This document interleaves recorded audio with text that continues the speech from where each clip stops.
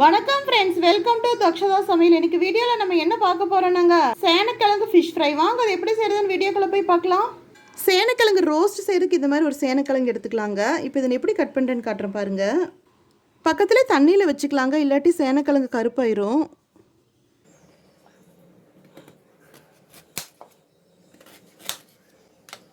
பாருங்க, 1/2 இன்ச் கனத்துக்கு இந்த மாதிரி மீன் ஷேப்பில் கட் பண்ணிக்கலாங்க.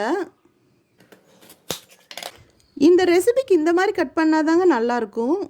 அப்பப்போ கட் பண்ணினது தண்ணியில் போட்டுடலாங்க. பால் சேனக்கிழங்கு வாங்கினோம்னா கையில் அரிப்பு வருங்க, அதனால் கொஞ்சம் முத்தின சேனக்கிழங்காக தாங்க பார்த்து வாங்கணும். சேனக்கிழங்கு அலர்ஜி இருக்கிறவங்க கையில் தேங்காய் எண்ணெய் தடவிக்கலாங்க. பாருங்கள், எல்லா சேனக்கிழங்கையும் நம்ம இந்த மாதிரி கட் பண்ணிட்டோங்க. செஞ்சு முடிக்கிற வரைக்கும் தண்ணியிலே இருக்கட்டுங்க, தண்ணி விட்டு நம்ம வெளியே எடுக்க வேண்டாம்.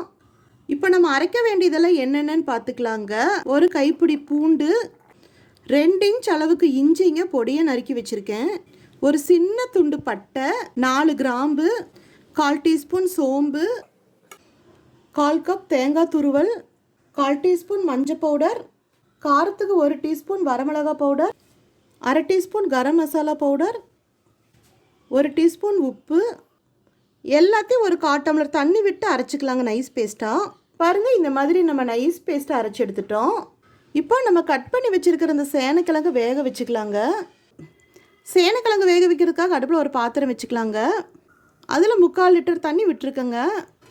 பாருங்கள், தண்ணி சூடாயிருச்சு. இப்போ நம்ம 1/2 டீஸ்பூன் உப்பு உள்ளே போட்டுக்கலாம். நம்ம கட் பண்ணி வச்சுருக்கிற சேனக்கிழங்கையும் உள்ளே போட்டுக்கலாங்க. அடுப்பு மீடியம் ஃப்ளேமில் ஒரு 10 நிமிஷம் வேக வச்சுக்கலாங்க சேனக்கிழங்க. பாருங்கள், சேனக்கிழங்கு பாயில் ஆனது போதும். ஒரு 80% பாயில் ஆனாலே போதுங்க, ரொம்ப குக் பண்ணக்கூடாது. இப்படி குத்தி பார்த்தோம்னா இந்த மாதிரி வரணுங்க. இப்போ நம்ம அடுப்பு ஆஃப் பண்ணிவிட்டு இதை வடிச்சுக்கலாங்க. பாருங்கள், சேனக்கிழங்கு எல்லாமே நல்லா வடித்து எடுத்துட்டோங்க. நம்ம அரைச்சி வச்சுருக்கிற மசாலாவை ஒரு பாத்திரத்தில் மாற்றிட்டோங்க. இதில் நல்லா கோட் பண்ணிக்கலாம். பாருங்கள், நல்லா கோட் பண்ணிட்டோம். ஒரு பிளேட்டில் பரவலாக வச்சுக்கலாங்க.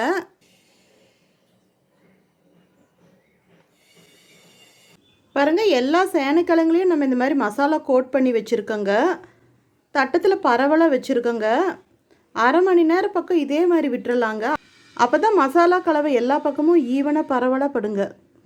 பாருங்கள், 1/2 மணி நேரம் நல்லா ஊறிடுச்சு. இப்போ நம்ம ஆயிலில் ஃப்ரை பண்ணிக்கலாங்க. நம்ம ஆயில் இன்றைக்கி டீப் ஃப்ரை பண்ண போகிறது இல்லைங்க. அடுப்பில் ஒரு ஃப்ரை பேன் வச்சுருக்கேங்க. அதில் 2 டீஸ்பூன் ஆயில் விட்டுருக்கேன். பாருங்கள், எண்ணெய் சூடாயிருச்சு. இப்போ நம்ம இந்த சேனக்கிழங்கு இதில் வச்சிடலாம். இந்த மாதிரி அடுப்பு மீடியம் ஃப்ளேம்லேயே இருக்கட்டுங்க. பாருங்கள், இடையில ஒரு முறை நம்ம திருப்பி விட்டுக்கலாம். அப்போ தான் 2 பக்கமும் நல்லா ரோஸ்ட் ஆகுங்க.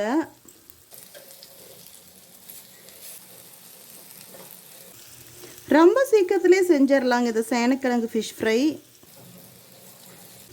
பாருங்கள், 2 சைட் நல்லா கோல்டன் ப்ரௌனாக ரோஸ்ட் ஆனது போதுங்க. நம்ம இந்த ஸ்டேஜில் வடித்து எடுத்துடலாம்.